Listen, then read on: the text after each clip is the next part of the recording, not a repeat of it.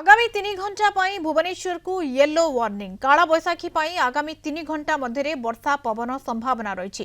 पाणीपाग विभाग सूचना अनुसार हालुकारू मध्यम धरणर वर्षा सहित वज्रपात हो पारे। 30 ରୁ 40 किलोमीटर बेगर पवन बहिबार संभावना रही।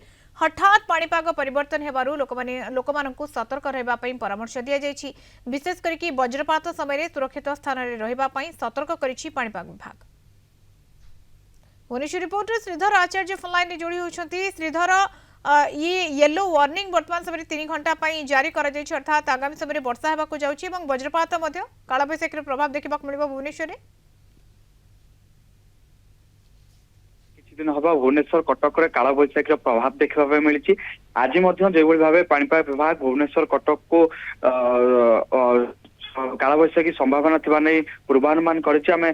किसी समय पूर्वर वज्रपात को नहीं केउंझर को येलो वार्निंग करा जायतिला एवं परवर्ती मुहूर्त में जदि आप देखिए नुआपड़ा, कलाहांडी, कोरापुट, रायगड़ा, गजपति, गंजाम, कंधमाल पर किसी जिला को काला बैसाखी थी नहीं पूर्वानुमान करथिला पाणीपाग विभाग एवं परवर्ती समय कैपिटल भुवनेश्वर को आसंता 3 घंटा सतर्क सूचना दी जाइए।